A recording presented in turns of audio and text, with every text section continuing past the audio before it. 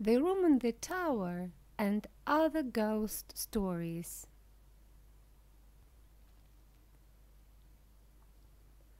The Woman in the Black Coat.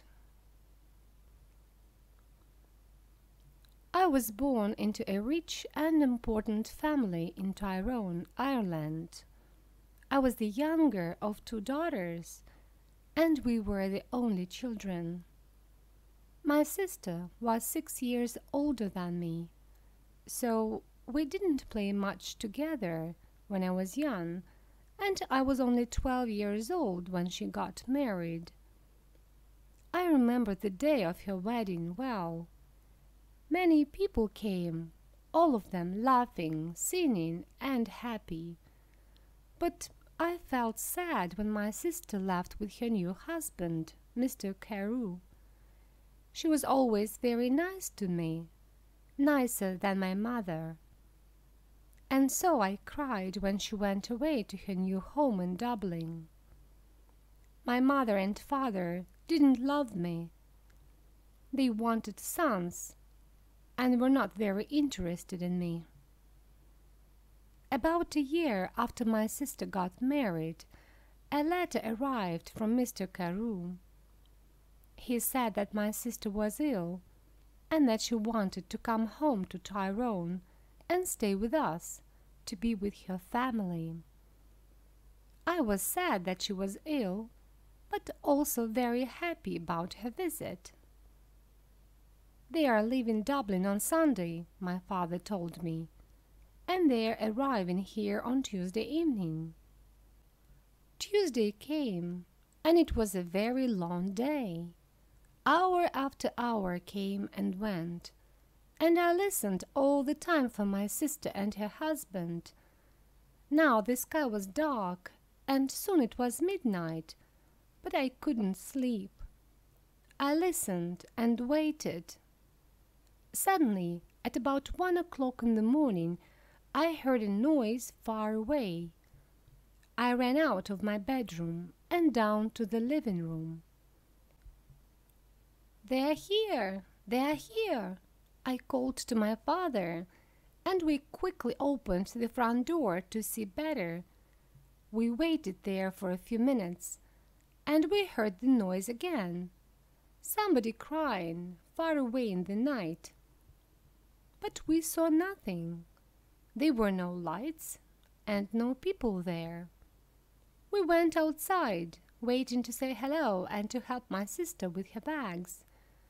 But nobody was there. Nobody came. I looked at my father, and he looked at me. We didn't understand. "I know I heard a noise," he said. "Yes," I answered. "I heard it too, father. But where are they?" We went back into the house without another word. We were suddenly afraid.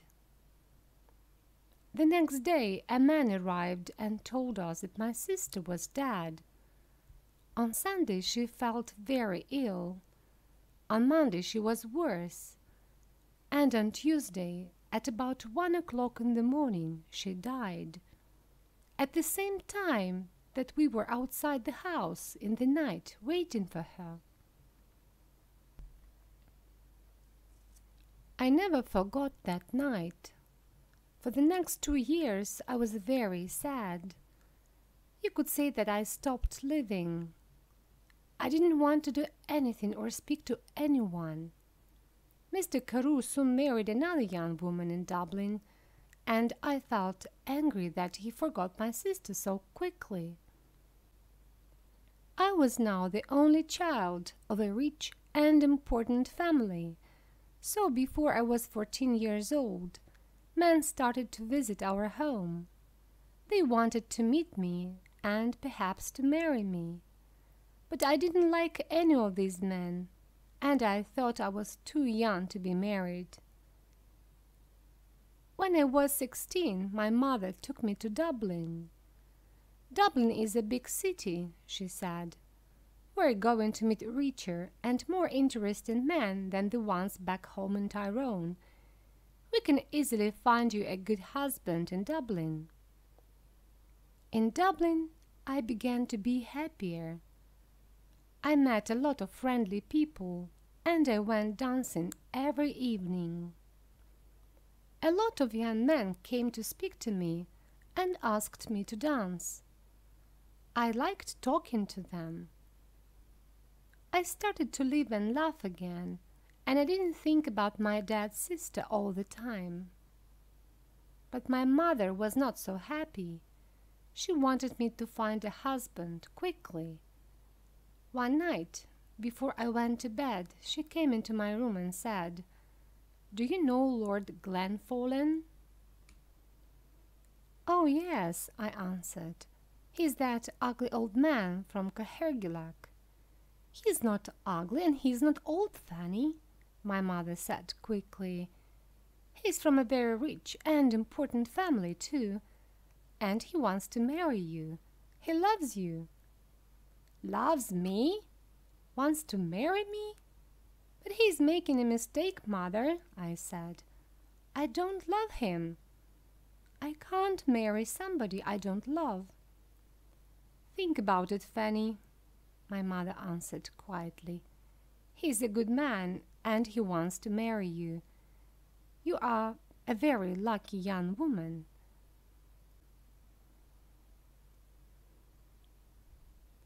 My mother left the room, and I sat quietly for a long time.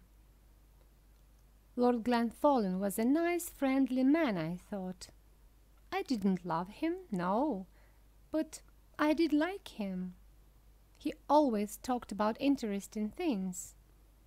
I never felt happy at home with my mother and father, but I always felt better when I talked to him.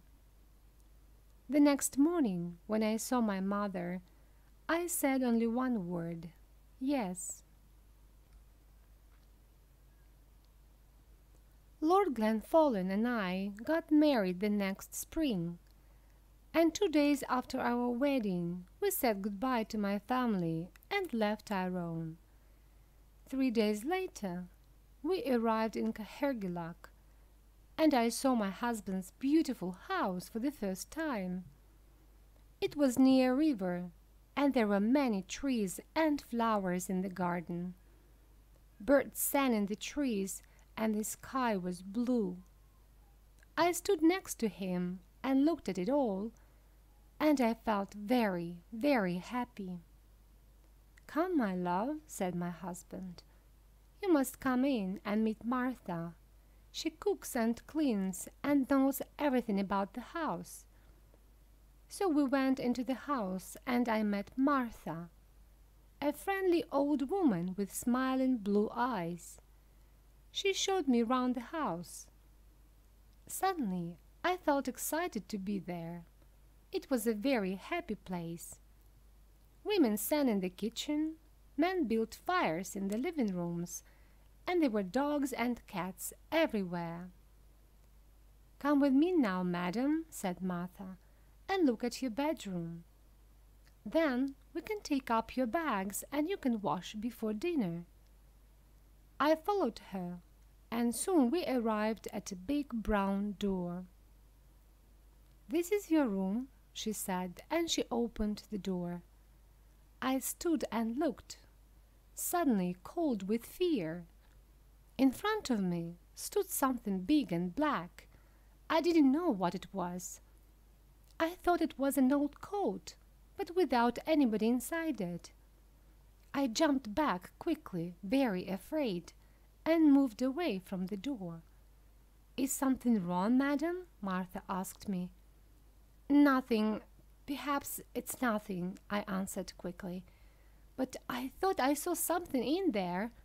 I thought I saw a big black coat there when you opened the door." Martha's face went white with fear. "What's wrong?" I asked her. "Now you look frightened." "Something bad is going to happen," she said. "When someone sees the black coat in this house, we know that something bad is going to happen soon to the Glenfallen family. I saw the black coat when I was a child, and the next morning old Lord Glenfallen died. Something bad is going to happen now, madam. I know it. We went down to have dinner. I felt unhappy and afraid, but I didn't say anything to my husband about the black coat. I wanted to forget about it and be happy again. The next day, Lord Glenfallen and I went for a walk together to look round the house and gardens, because I wanted to know my new home better. I like this house and all the people here, I said, and I'm happy to be here with you. It's much better than Tyrone. My husband was quiet for a long time. He walked with his head down, thinking. Then suddenly he turned to me, took my hand and said, "Fanny, listen to me. Listen carefully. There is something I must ask you. Please, only go into the rooms in the front of the house. Never go into the rooms at the back of the building or into the little garden by the back door. Never. Do you understand me, Fanny?" His face was white and unhappy. I understood his words, but I didn't understand why he was suddenly a different man. Here at Cahergillag, he never smiled or laughed any more. Perhaps the back of the house was dangerous, I thought. But he didn't want to talk about it any more. We went back to the house without speaking, and again I tried to forget his words and to be as happy as I was before. It was about a month later that I met the other woman for the first time. One day I wanted to go for a walk in the gardens. It was a beautiful day, and I ran up to my room after lunch to get my hat and coat. But when I opened the door of my room, there was a woman sitting near the fire. She was about 40 years old, and she wore a black coat. Her face was white, and when I looked closely, I saw that her eyes were white too. She was blind.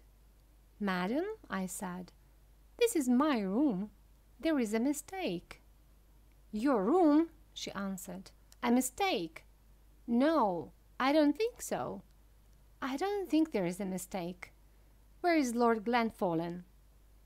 "Down in the living room," I said. "But who are you, and why are you here in my room?" "Tell Lord Glenfallen that I want him," was all she said.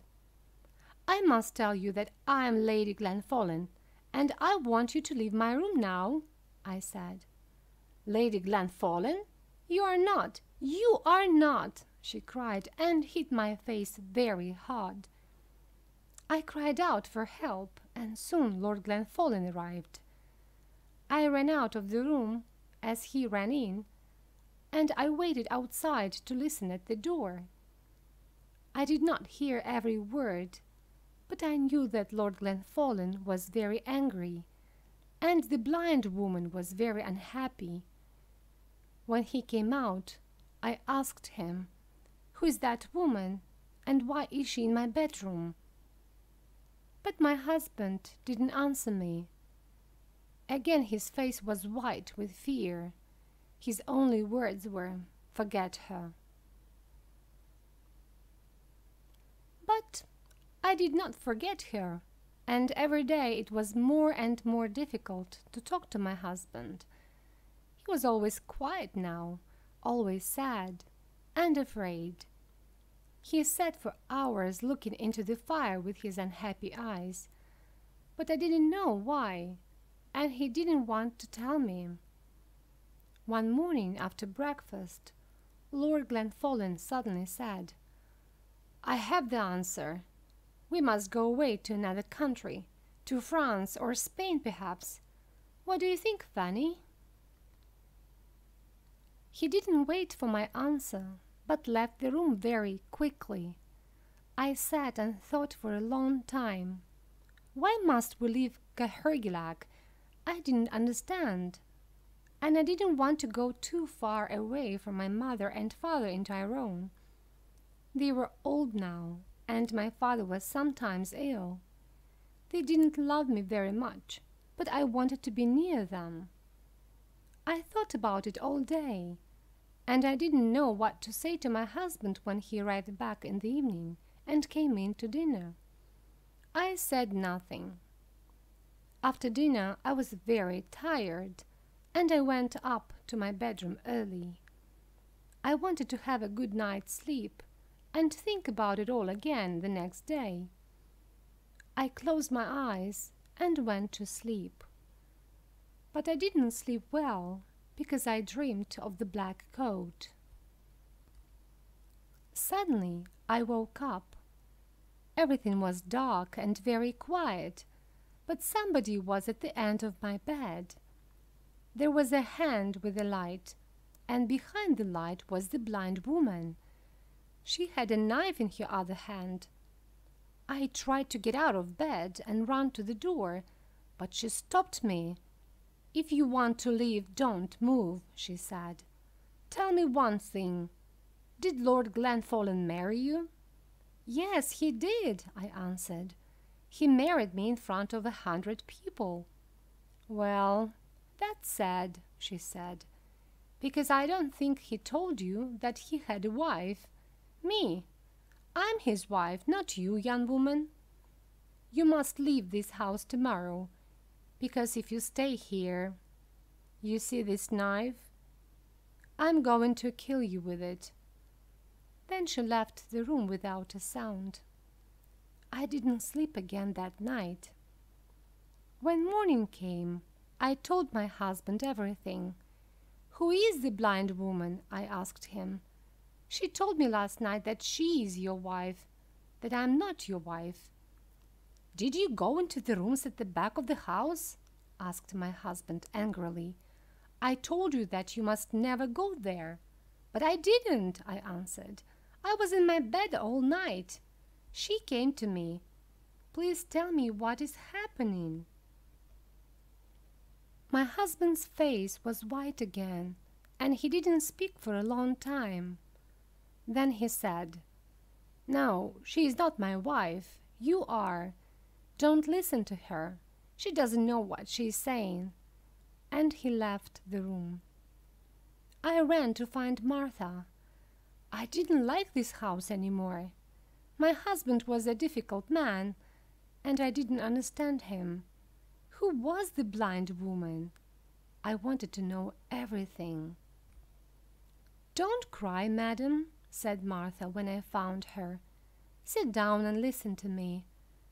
What I'm going to tell you is not very nice. The blind woman, the woman in the black coat, is dead. You saw her ghost. She was married to your husband, and she was Lady Glenfallen. Nobody knows how she died.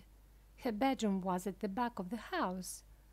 Somebody saw your husband with a knife in his hand on the night she died. But did he kill her? Nobody knows. When we found her, the knife was on the floor next to her, and her eyes. Somebody cut her eyes out after she died. Perhaps he didn't want her to see his other women. His next wife? You?" I didn't wait to speak to my husband again. I left that day. I was too afraid to stay another minute at Cahergillag. I knew that the blind woman was going to come back again and kill me. I said goodbye to Martha, took my bags, and told my driver to take me back to Tyrone. I'm happy living here with my mother and father now. The house is quiet. I sleep well each night, and they are friendlier to me than they were before. Sometimes my dad's sister visits me at night, but I'm never afraid. She tells me that the blind woman is trying to find me at Cahergillag, and that she wants to kill me. She is jealous of me, but she can never find me there. She must wait for the next Lady Glenfallen. Imray came back. One day, Imray was there, in the little town in the north of India, where he lived and worked. And the next day he was not. He disappeared. One day he was with his friends, having a drink at the bar, laughing with them, friendly, happy. And then the next morning he was not at his office. His house was quiet, and nobody could find him. Where did he go? His friends asked each other at the bar. And why so suddenly? Why did he say nothing to us? They looked in the rivers near the town and along the roads, but they found nothing. They telephoned all the hotels in the nearest big city, but nobody there knew anything about Imray. Days went by, and Imray did not come back. His friends in the town slowly stopped talking about him at the bar and at the office. They began to forget about him. They sold his old car, his guns, and all his other things. And his boss wrote a letter to Imray's mother back in England and told her that her son was dead, disappeared. Imray's house stood unlived in and quiet for 3 or 4 long hot summer months. The hottest weather was finished when my friend Strickland, a policeman, moved to live in it. People said that Strickland was a very strange man, but I always went to see him and have dinner with him when I was in the town working for a day or two. He had 1 or 2 other friends, too. He liked his guns, he liked fishing, and he liked his dog, a very big dog called Titians. Titians always went to work with Strickland and often helped him in his police work, so the people of the town were quite afraid of her. Titians moved into the house with Strickland, and she took the room next to Strickland's, where she had her food and where she slept. One day, some weeks after Strickland went to live in Imray's house, I arrived in the town at about 5 o'clock one afternoon and found that there were no rooms at the hotel. So I went round to Strickland's place. Titians met me at the door, showing her teeth, not moving. She knew me quite well by this time, but she did not want me to go in. She waited for Strickland to come and say a friendly hello to me before she moved away. Strickland was happy to give me a room for 2 or 3 days, and I went to get my bag from my car. It was a nice house with a big garden. Inside, there were 8 rooms, all white and clean. Strickland gave me a good room, and at 6 o'clock his Indian servant, Bahadur Khan, brought us an early dinner. I must go back to the police station for an hour or 2 after dinner, I'm afraid. My men are questioning a man down there, and I want to know what answers they are getting, Strickland said. He left me at the house with a good cigar and with Titians, the dog. It was a very hot, late summer evening. Soon after the sun went down, the rain came. I sat near the window of the living room, watched the rain, and thought about my family and friends back home in England.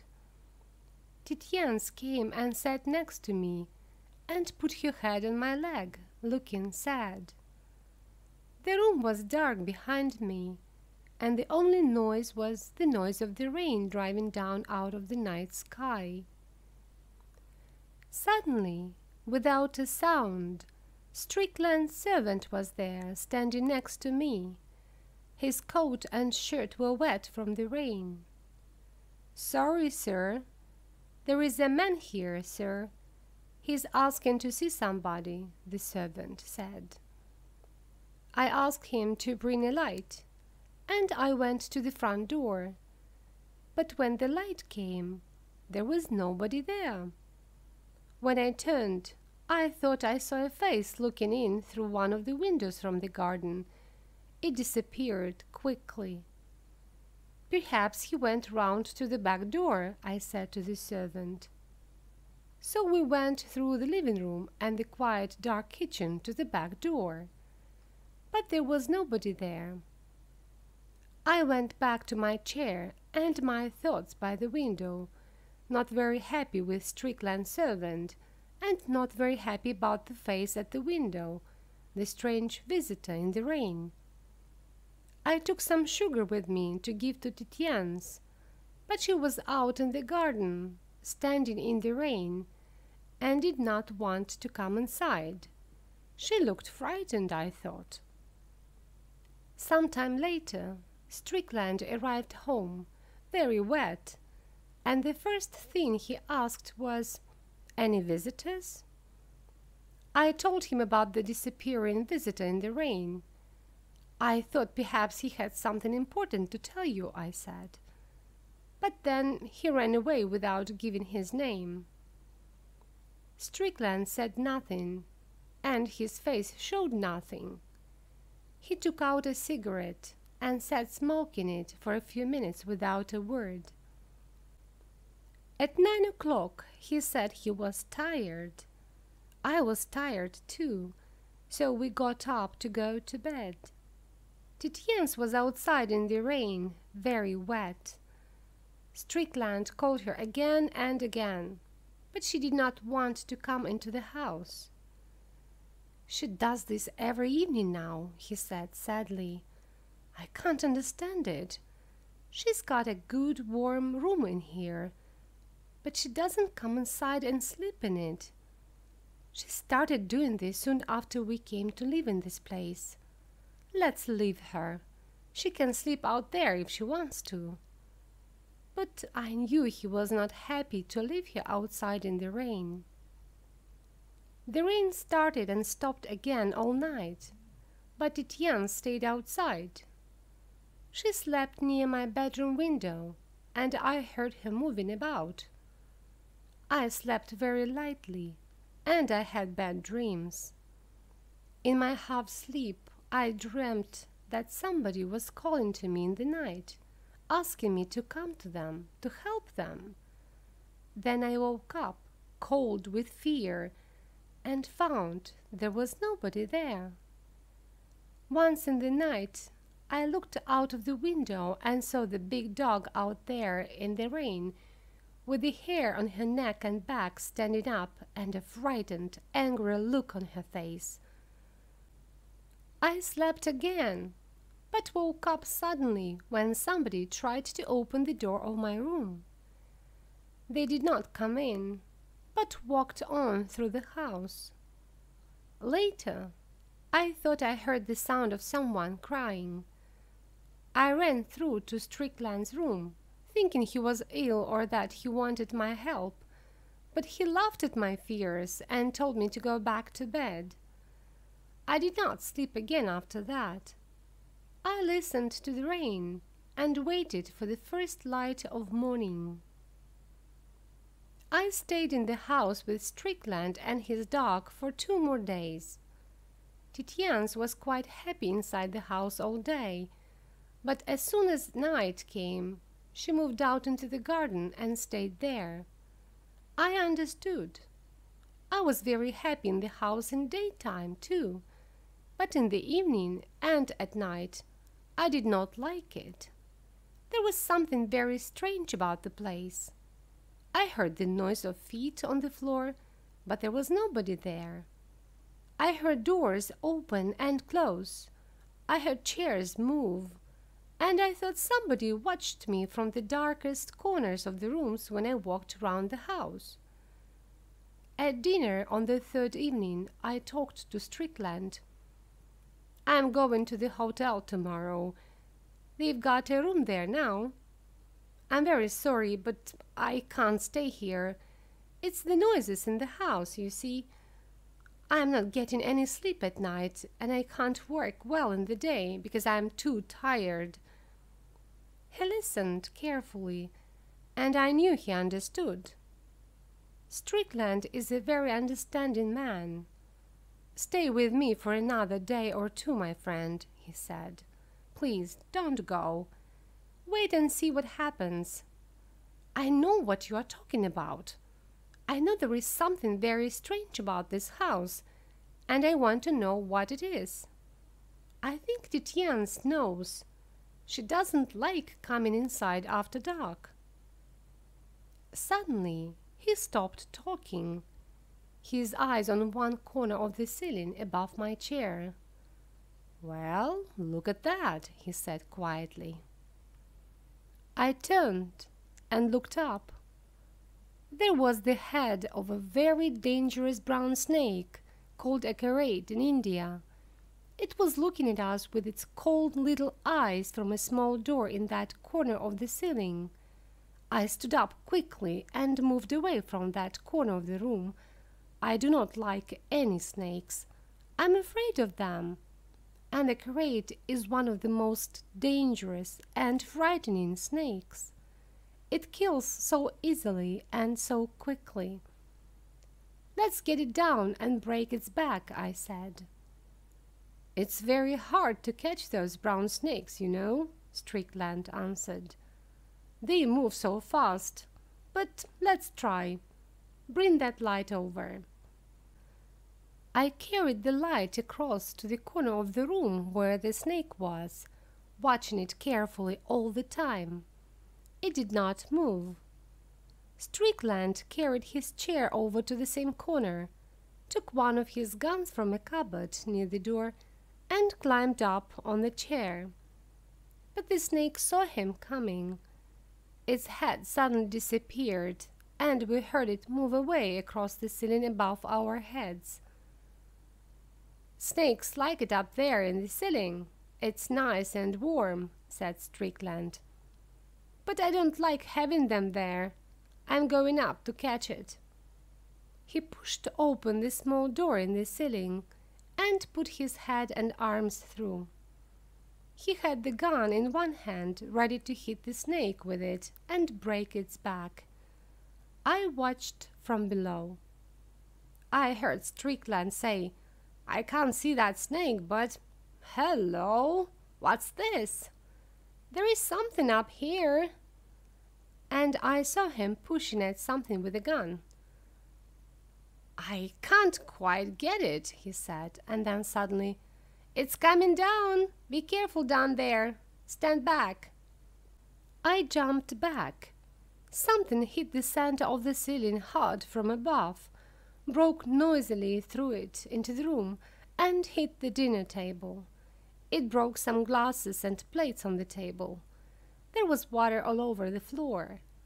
I went over with the light and looked down at the thing on the table.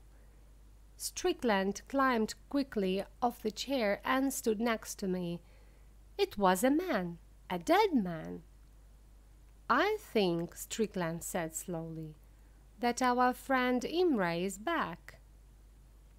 Suddenly, something moved out from under one leg of the thing on the table. It was the brown snake, the karait, trying to get away. "So the snake came down with our dead friend, I see," Strickland said, and he pushed the snake off the table onto the floor, hit it with a gun, and broke its back. I looked at the dying snake on the floor and said nothing. Strickland went over to a cupboard and took out a bottle of whiskey and 2 glasses. He gave me a drink.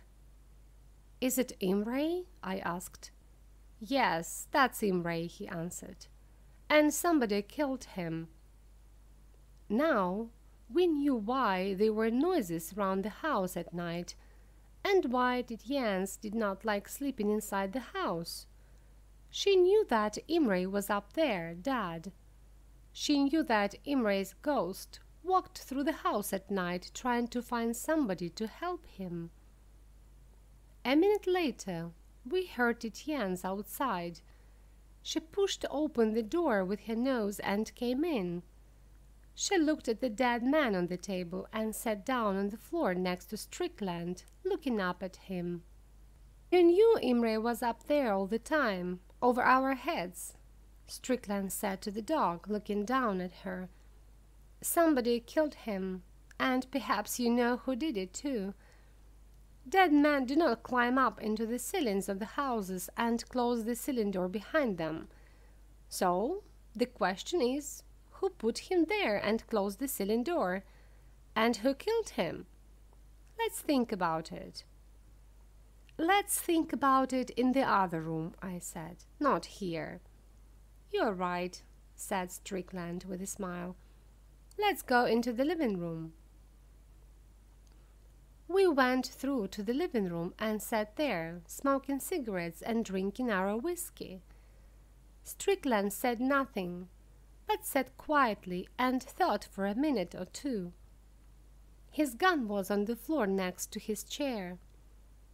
"So Imray is back," he said again slowly. "You know, when I took this house, I took Imray's 3 servants, too. They stayed here to work for me. Did one of them kill him? I was not quite happy about that when I questioned them at the time Imray disappeared, you know." "Why not call them in, one at a time, and question them again?" I said. "See what they have to say." There was a noise at the back door from the kitchen. It was Bahadur Khan, Strickland's servant, coming in to take the dinner things away. Strickland called him, and the man came into the living room without any noise. He wore no shoes. He was a tall and strong-looking man. He stood quietly near the door and waited. "It's a very warm night, Bahadur Khan."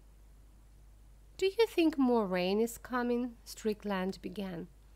"Yes, sir, I think it is," the servant answered. "When did you first start to work for me, Bahadur Khan?" "When you came to live in this house, sir. You know that. After Mr. Imray suddenly went away to Europe, sir." "He went away to Europe, you say? Why do you say that?" "All the servants say he went to Europe, sir." "Do they? That's very strange, Bahadur Khan. I asked them before, but they didn't know. You said it to me, Bahadur Khan, but they didn't know. And Mr. Imray went to Europe, you say, but he never said a word about it to his friends or to his other servants before he went. He told only you, Bahadur Khan. Do you not think that is strange?" "It is strange, sir," the man answered very quietly. "And why do you say it? Why do you want us to think Mr. Imray went to Europe?" The tall man did not answer. He looked very frightened now. His eyes were white in the dark. He moved nearer the door, but Strickland went on. "But now, suddenly, Mr. Imray is back again, Bahadur Khan. He's back in this house. Come and see him. He's waiting for his old servant." Strickland took his gun off the floor and stood up quickly. He pushed the gun into Bahadur Khan's face. "Sir," the tall Indian moved back, very frightened now, and put up his hands. "Go and look at the thing on the table in the next room, Bahadur Khan," Strickland said. "Go on. Take the light. Go and see Mr. Imray. He is waiting for you." Slowly, the man took the light and walked to the door. Strickland was behind him, pushing the gun into his back. The tall Indian stopped near the table and looked down at the dead man. His face was yellow with fear. "You see?" asked Strickland coldly. "Mr. Imray is back." "I see, sir." "And now I know you killed him, Bahadur Khan. Why?" I killed him, sir, yes. He was not a good man, sir. He put his hand on my child's head one day. The next day my child was very ill, and the next day he died. He was my oldest son, sir. Mr. Imray killed my son. He was a bad man. So I killed Mr. Imray in the evening of the same day when he came back from the office. Then I put him up above the ceiling and closed the door. Strickland turned to me. You hear that? He killed Imray, he said. Then he went on. You were clever, Bahadur Khan, but Mr. Imray came back. And now I'm taking you to the police station. But no, sir, Bahadur Khan said with a sad smile. We are not going to the police station. Look, sir. He moved back from the table and showed us his foot. There was the head of the brown snake, the deadly karait, with its teeth in his foot. You see, sir, I killed Mr. Imray, but I do not want to die at the hands of the police, so I am dying now, here. The snake is killing me. An hour later, Bahadur Khan was dead. Strickland called some of his policemen to take the two dead men, Imray and his killer, away to the town. And the ghost of Imray did not walk at night in the house again. That night, Titians came back inside the house and slept happily in her room. The room in the tower. It was when I was about 16 that I first had the dream, and this is what happened in it.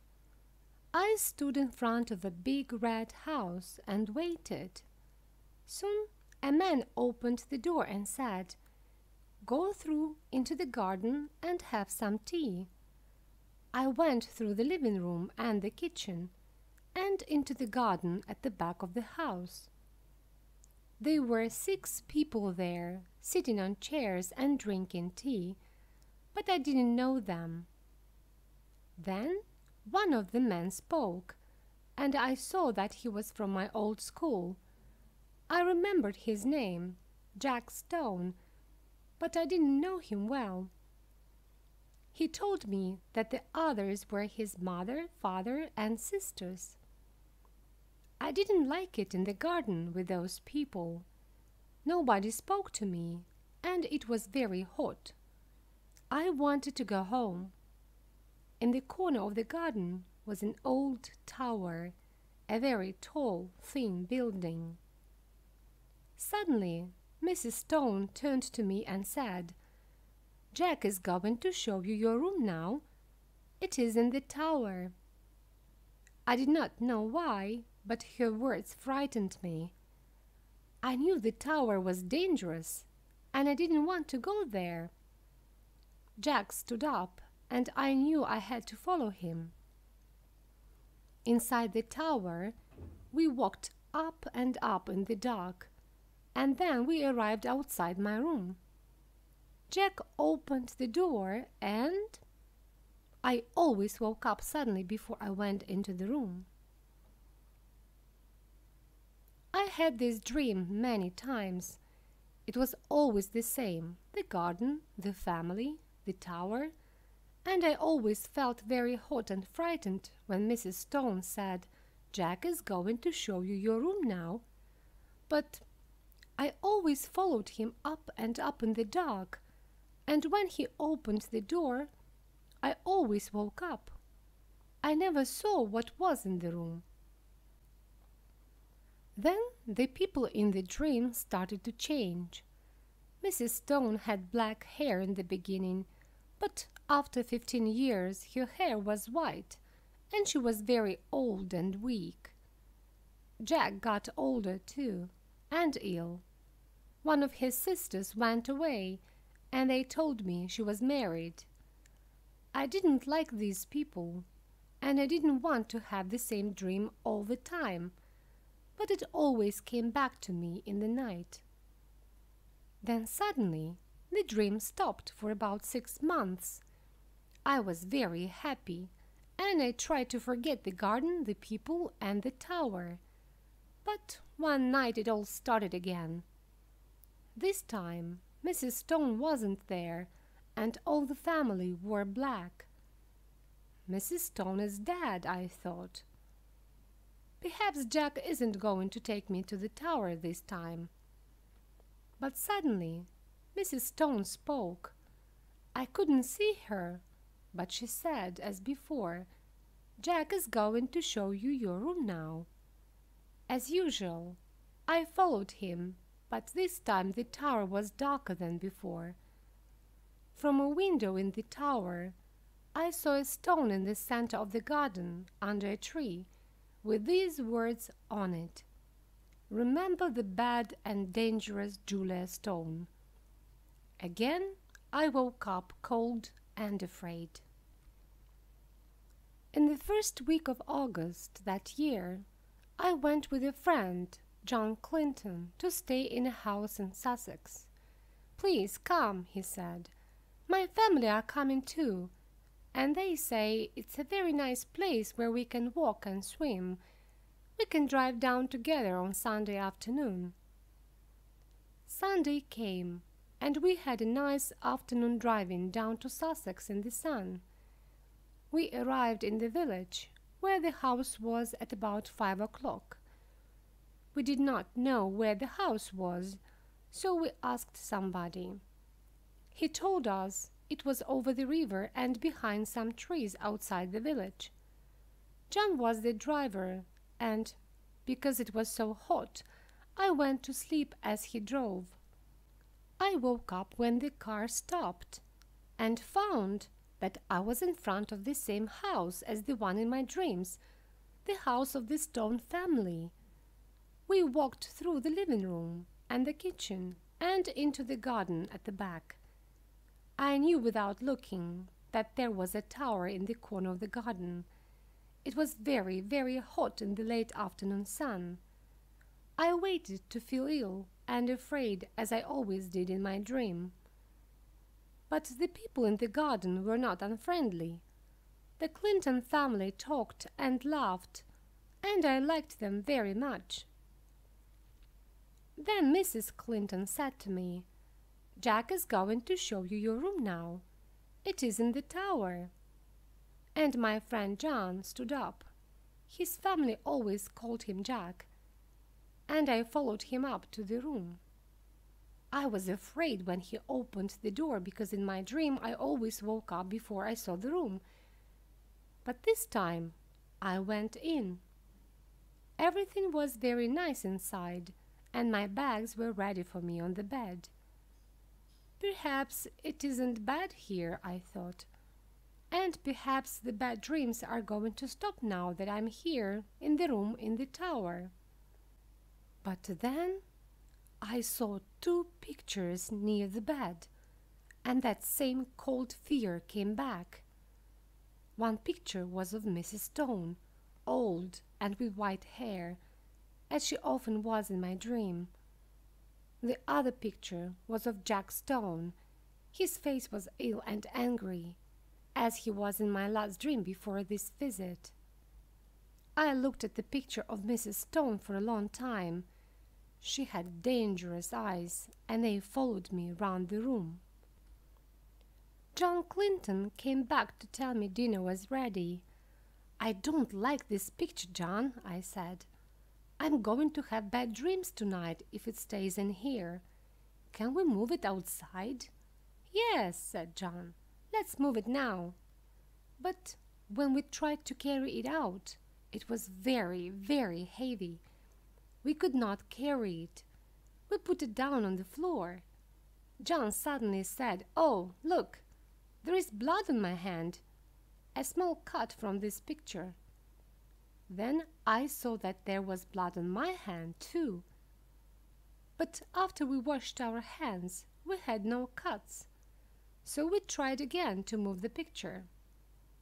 I didn't want to look at Mrs. Stone's face as we moved her picture through the door, but her eyes followed me again. There was a smile on her face now, but her eyes were more dangerous than before. Her mouth was blood red, and the picture was heavier and heavier. We left the picture outside the door of my room. We went down to dinner, and when we finished, John and I went out into the garden to smoke. It was a very hot night, hotter than the day, and I didn't much want to go to bed. Suddenly, a dog ran across the garden and sat under the tree I could see from my bedroom window. The dog sat on the place where the stone was in my dream, and it did not move. It was frightened. It sat and looked at the tower for a minute, and then ran away. Next came a cat, and it did the same thing. "Do you see those animals?" I asked John. "Why are they so afraid?" "I don't know," he said. At about midnight, we said good night, and I went to bed. It was very hot, but I was tired, and I thought I was ready to sleep. Without the picture of Mrs. Stone in my room, I was happier, and I didn't think about her dangerous smile or the cuts on our hands. I closed my eyes and slept. I woke up suddenly. I don't know what time it was. The room was very dark, and for a minute I didn't know where I was. Then, with sudden fear, I remembered. A light came on, and I saw a woman I knew, the woman in the picture. I saw those dangerous eyes, the blood-red mouth, the smile. Mrs. Stone put a cold hand on my neck and spoke. "So you are here in the tower, after so many years and so many dreams. Yes, I waited and waited for you, and then I stopped waiting. But at last you came. I am so happy that you came. Tonight, I'm going to have a good dinner. I'm thirsty. I'm hungry. I'm waiting. Yes, I'm so happy that you came after all this time." Again, she put her cold hand on my neck, and then her face came slowly down, and her teeth started to cut into me. I was too weak to move, but suddenly I knew I had to get away quickly. I hit her hard in the face, and at the same time I jumped out of bed and ran to the door. John Quintin was outside. "I heard a noise," he said. "What is it? What's wrong?" And then, "Look, there is blood on your neck." "John," I said, "that woman in the picture we took from the room this afternoon, she came back. She's in there now. Her name is Julia Stone." John laughed. "You are having a bad dream," he said, and walked into the room to look. But he came out very fast, as white as me, and said, "You are right. She's there, and there is blood on the bed and on the floor." I don't know how I ran downstairs. My legs were weak, and it was difficult to stand, but soon we were out in the garden again. We left the house the next day. About a year later, I went back to the village to ask the people there if they knew anything about the owner and about Julia Stone. One very old woman knew the story. This is what she told me. 8 or 9 years ago, a woman died in that room in the tower where you stayed. 3 times the village people tried to bury her at the church, but each time somebody saw the dead woman's ghost at night, with blood on her mouth and a dangerous smile. Then we knew that she killed people and drank their blood. We didn't want to try to bury her anymore. So we took her back to the house with the tower and buried her under the tree you can see from the window of that room. There she stays, waiting quietly, sometimes for many years. But people say she visits young men in their dreams, and she brings them here. I think you know what happens to them when they arrive.